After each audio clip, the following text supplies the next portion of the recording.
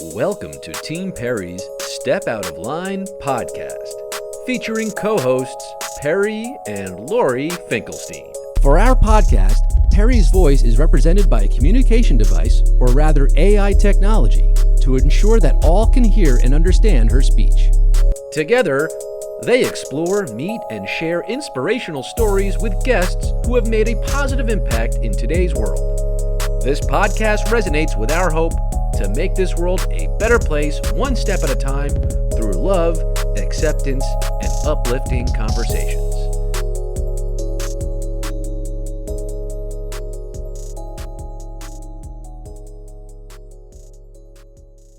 Oh my God, how have I not stepped out of line? I'm constantly stepping out of line. I'm one of those people. The first time I remember kind of stepping out of line is as a child. I was 7 years old and my baby brother, James, was born.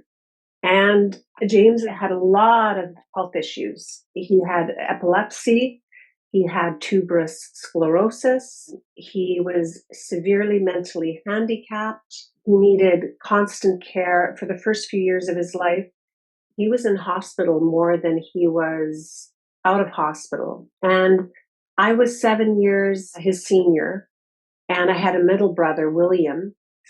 And when I was 7 years old, I basically put away my dolls, put away my toys, because I was not going to be able to use them. And I didn't touch a doll after age 7 because my baby brother needed all of my love, all of my attention, and I became my mom's right hand. I became a caregiver for my baby brother. It sounds very familiar to Perry's story, where she has 2 older siblings, and both of them very much affected by it also, and were also her caregivers. It was a privilege and a joy. I mean, I loved my baby brother like he was my baby, but it was also a challenge because I didn't lead a normal life as a child. My whole life was centered around his care, even to the extent that I could not participate in any extracurricular activities. I had to come home right after school because he was being delivered by special school bus because he went to a special school. Actually, Rose Kennedy had a school called the Donald Street Developmental Center in Ottawa, which she had funded. So that was the school my baby brother went to. So every day at 4:00, he would arrive by school bus. He was just 4 or 5 years old. At the time, I was about 11 years old. I was taking care of him. I was his caregiver. My mom was working. I would prepare a meal. And then even when we went to families, we had family in Montreal. We lived in Ottawa.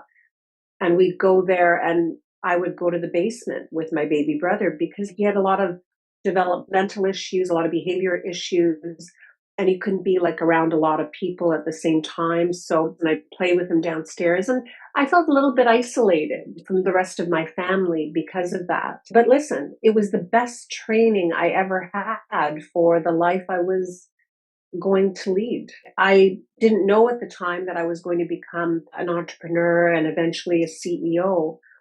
But let me tell you, taking care of a child that's handicapped and working with doctors, psychologists, social workers, supporting my parents, it really taught me a lot about leadership, working through very difficult situations and having to push through them, even when you don't feel like it. And it also taught me about a lot of different kinds of people that you have to work with in order to deliver some kind of support or service. That 7 years I spent day to day with my brother. When I was 14 and he was 7, there was incredible pressure on the family to have him institutionalized. So at age 7, he was institutionalized at a center called the Smith Falls Regional Center, which is outside of Ottawa. And I mean, we visited him every weekend or every second weekend, but it still wasn't the same. On one side, I had a lot more freedom. I was like a normal kid again. I could go to gymnastics practice or take a dance class after school.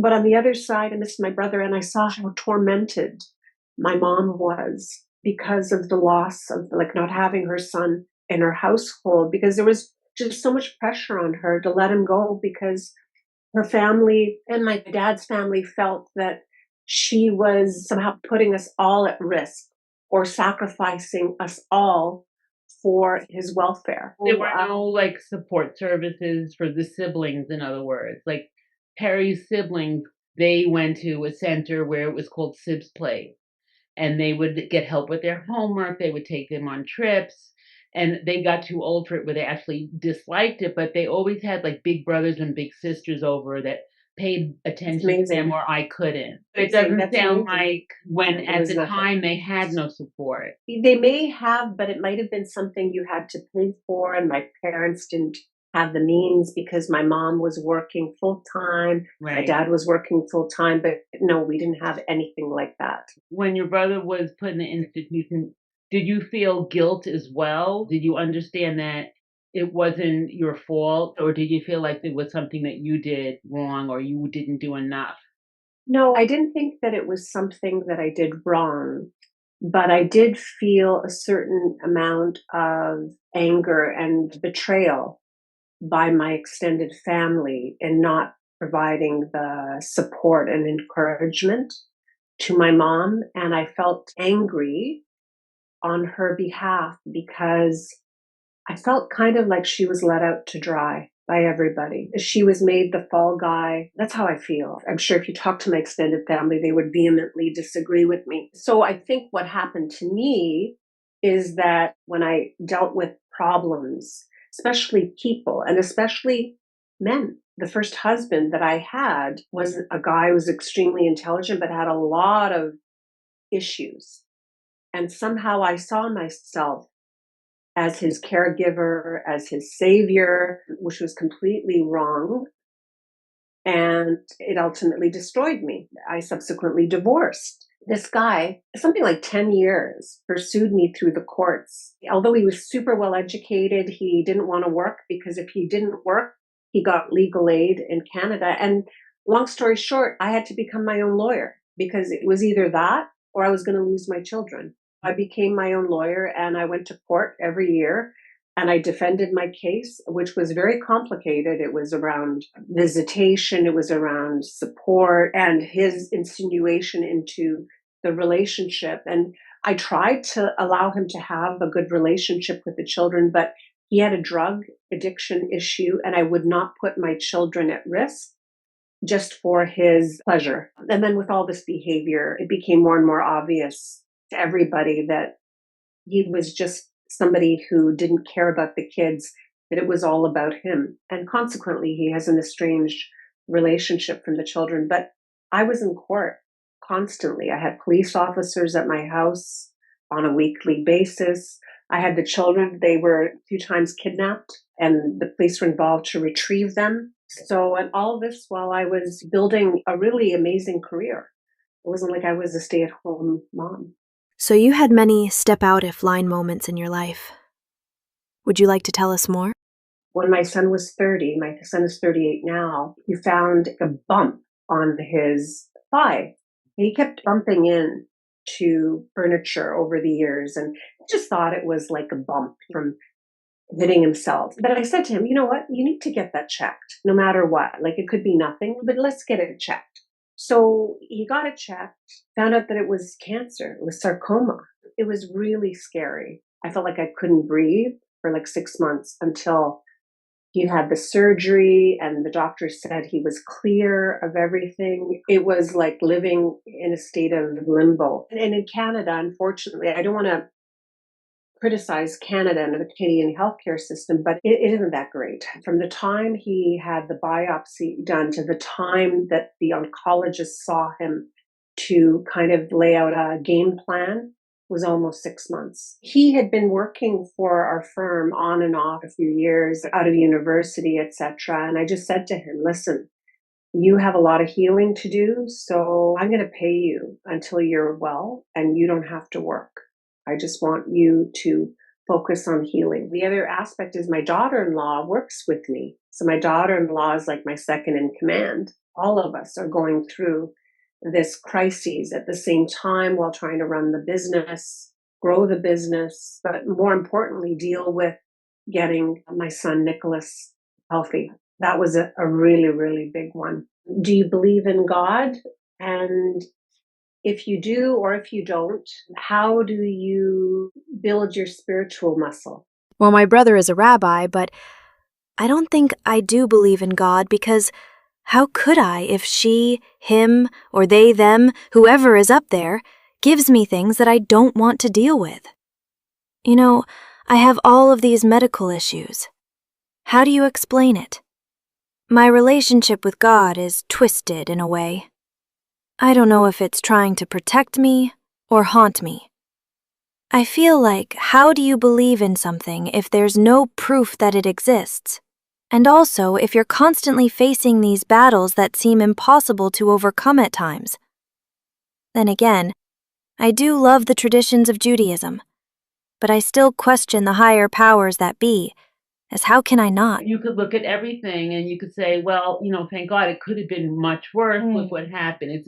There's two ways of looking at it. It depends what mood I'm in, really. I read many years ago the book by Viktor Frankl, Man's Search for Meaning. He expressed a belief, which was as long as you have a why, a purpose, you can overcome anything. I believe in God. I don't have any opinions like somebody does or doesn't. I just listen. I believe for me, it's been a useful tool to believe in God. And not that I'm overly religious or anything like that, but I do read the Bible and I use it as a mechanism for meditation and to focus my mind and my thoughts. Do I have that struggle, Perry, that you just talked about, that, sometimes you think, is he a he? Is he a she? Does it matter? Why would you allow this to happen? Like, why would you allow the Holocaust? Why would you allow this child to be born with all of these medical problems? All of these things. I don't know the answer to any of those questions. I really don't. It's a matter of faith. Like, we can't see oxygen, but we still breathe. We can't see love. There's no tangible sort of expression of love, but yet we feel it coming from another human being. So all I know is that I've tried to use my faith as a tool to build my strength as a human being, to build it in different ways. I feel like sometimes when you get hit with it, do you feel like, why us? Why now? Like, you think like, if this happens to you, then you're cleared. You're not going to get this disease, or you just keep getting hit after hit after hit.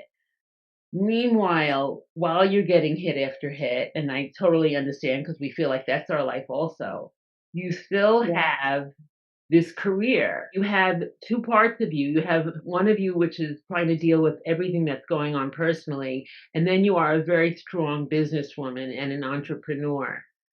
How do you manage? Do you keep them separate, or how do you do it? I integrate everything about my business, my passion, because at this stage in life, I've been doing this career for 42 years and I've had this company for 31 years. And I am who I am. And some people really like it and they love the authenticity, and others get really intimidated by it. And that's okay, because those that are not comfortable with it, probably better they deal with somebody who has that veneer. But for me, I think it's very important to integrate who I am with my business. August 10th of 2022, I was out for a cycling ride because I did a lot of competitive cycling. It was a group ride and we were kind of in the middle of the country outside of Toronto. And part of the group was way ahead, part of the group was way behind. I happened to be by myself, coming down a country road, like down a heavy, steep hill. And it was going really fast, about 50 kilometers an hour, maybe. But a car came over the middle line and I thought he was going to hit me or she was going to hit me. So I veered as far right as I could. And that's the last thing I remember. The next thing I remember is waking up in the ambulance. I had to be resuscitated and I had like 10 fractures. My calf was basically sheared off of my leg, my right calf. So it had to be reattached. I had to have my broken clavicle, a plate put in, all this within 24 hours of my surgery. I didn't say to myself, oh, why me? I kept thinking to myself, how lucky am I?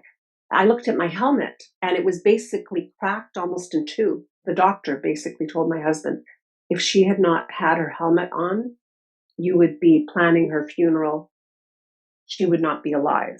I was literally on the heavy duty painkillers in the hospital, and we had a really big bid we were doing for one of our clients. And I have other members of the team, but I was on calls to the client because there were some problems and some questions that had to be answered. So I was in the hospital in agony on morphine, and I was answering questions, and I was directing members of my team to do whatever needed to be done. And I'll tell you, it helped me to heal faster because I think we all need to have a sense of purpose in everything that we do in life. When you have a sense of purpose, I feel like you can overcome anything. And knowing that I have people that are counting on me, my team is counting on me, clients are counting on us, I said to myself, I have got to get well. I've got to get up and get walking. And I mean, the first day they had tried to get me up and walking, I fainted from the pain. But I was able to get out of the hospital within 8 days, like even with 10 fractures. And my leg had surgery on it. So I was in a cast. And the doctor said, this is miraculous. We can't believe you're leaving the hospital after 8 days. Like, this is nothing short of miraculous. I worked really hard on getting myself well. I just had so much to live for. I feel like I have the strength of the lioness. I can handle whatever's thrown at me, and I will. And I've made a really good name for myself. You have to build a muscle to become resilient. Otherwise, if you get knocked down once, you won't bounce back. You have to learn how to deal with what you have and work through the mess. Adversity builds so much. You know, the Chinese have that saying about good luck and crises being two sides of the same coin. So crises can be turned into good luck, and good luck can be turned into crises, depending on your mindset, how you think of things. And then the big thing, I think, for both of us, Perry, but I would just remind you of that beautiful metaphor of the phoenix. That's my spirit animal. And I even do meditations on the phoenix where I'm riding a horse, then the horse turns into a dolphin, then the dolphin comes up through the water, turns into a phoenix, and depending on what mood I'm in or what situation I'm in, it'll be a different color. Sometimes it's like a fierce dark red, and then I'll climb in my mind to the sun. The sun will incinerate me. I will fall in ashes. I can see myself falling in ashes to the water. And then the bird will be rebuilt. And the next iteration, the bird is gold or silver and rising from the ocean. And that's been the metaphor I've used in my brain for 35 years. I constantly go to that as my meditation. For me, it's been extremely empowering. What would you say to a caregiver who is taking care of your child, your parents, or even your brother? Do you have any advice as someone who has been on both sides to avoid burnout or even to know that they're not alone? I've been on the receiving end as a caregiver. Now I'm taking care of my parents. My dad's 95, my mom's 82. My dad's still in pretty good shape. My mom, though, has dementia. I'll tell you, when I have a lot going on work-wise and my own challenges, and then their challenges on top of it, I hit that boiling point or that breaking point very, very fast. So I think it's very important to have a timeout period for a caregiver where they can take time away from the person they're taking care of, whether it's for an hour, a day, a week. I believe that really helps to recharge the emotional and physical batteries, and I know it's helped me a lot. The other thing would be to ask for help. I've had a historic problem or challenge asking for help in my life. It's a big attraction, I think, for my character. I think I need to learn how to be more vulnerable. And I remember lately asking my sons, actually, for help because I explained to them that I felt like I was drowning with my parents and I had to go away for business to the States. But I'm not going to lie, if I'm there for over a weekend, I'm relaxing on the weekend. I'm not working 24/7. And I just said to them, I feel like I'm drowning. I need your help. Please visit your grandparents, look in on them while I'm gone so that I know that somebody has their eyes on them. And it was really hard for me to say that to my boys. It was really hard to put it in those words because normally I would just say something like, it's your obligation, it's your responsibility, they're your grandparents, but I would never put it in the terms of I'm drowning. I literally feel like I'm at my wit's end. I can't do anymore. And it was a very healing thing for me to do. And they did help me. And I was able to recharge my batteries and get back to me and get back to normal. Can you tell us about your business? I accomplished like mission impossible working for a huge multinational called CGI Group, which a lot of people will know in the technology world. I brought in, it was like a $20 million systems integration contract in the e-commerce space. And at the same time, I was given an account where I had nothing in the account. And so I built up all kinds of sole source business from the federal government to the tune of almost $5 million. And I was only there 6 months and I brought in 25 million. And out of the 20 million, 10 million was going to belong to CGI Group. These contracts were obviously feeding the company. They were paying for people's salaries. I was one of like maybe a handful in the company that accomplished something like that. And I went to my boss at the time and I said, I really believe because of all of my achievements, I was a director at the time, it's time to make me a VP. And so he said to me, yes, you have accomplished a lot, but we don't think you're ready yet. So imagine for any man who did what I did, it would be a no-brainer. Like they would come to that person and say, you have to be a VP. Look at all you have accomplished. But because I was a woman, because I was a bit differential, I didn't sort of toot my own horn and I wasn't very demanding. I just thought they could kind of skirt me by a little bit and take all the revenue coming in. And I'll tell you, it was like a kick to my gut. And at that moment, I said to myself, either I'm going to leave this company and start my own company, or I'm going to quit this job. I cannot stay here any longer. And I started my company shortly thereafter. In 1995, I officially started Knowsys Group. And the most interesting thing happened. In about 2001, around the dot-com bubble bursting with the internet, and then there was a big downturn and a lot of people lost their jobs working for different companies. So who comes knocking on my door but my old boss at CGI? He asks for a job. So I hired him. I mean, he was an amazing person, an amazing professional. I was very blessed to have him working for us. He worked with us for 6 or 7 years, maybe a little longer. And he kept coming to me and saying, when are you going to make me a partner? When are you going to make me a partner? And I said, well, do you have $250,000 to donate to the company? Because that's what you're going to need to become a partner. He'd be like, no, just by my good works. I said, well, I don't think you're ready yet. You were waiting for that, weren't you? He never brought in any revenue. He was not a rainmaker. He was delivery, which is amazing. I was thankful. He was a 10 out of 10. He was like a rock star. That doesn't merit that he becomes a partner in my company. I grew the company over the last 31 years, and we're global in nature. We compete head to head, which is really scary and fun at the same time, with those big 5 companies, Accenture, Deloitte, PwC, KPMG, etc., even McKinsey. We really focus in on how can we maximize the value of the IT investments our clients have made? Being married to my first husband, he wasn't making any money, and I got pregnant by accident. I thought, my God, if I'm not going to take the bull by the horns and make a success myself, my kids are not going to have anything. My first job in the consulting world, I had 0 employees.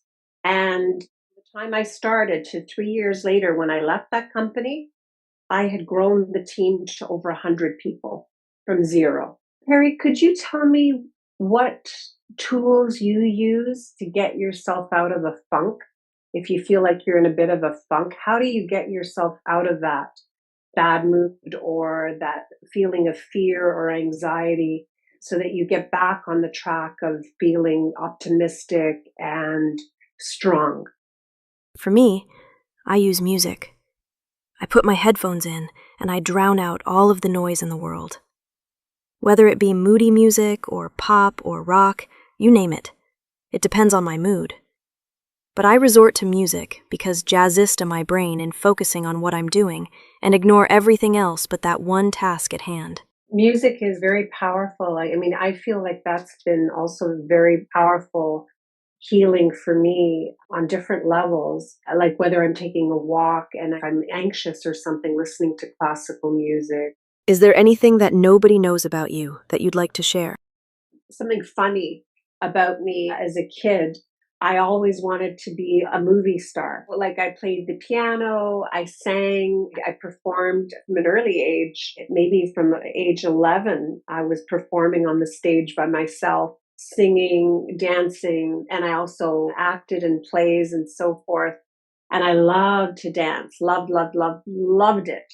But then, like with my baby brother being born, putting away my toys and my dolls forever, when I married my first husband, I realized I had to put all my artistic pursuits away because if I didn't, I was going to drown. I was going to sink.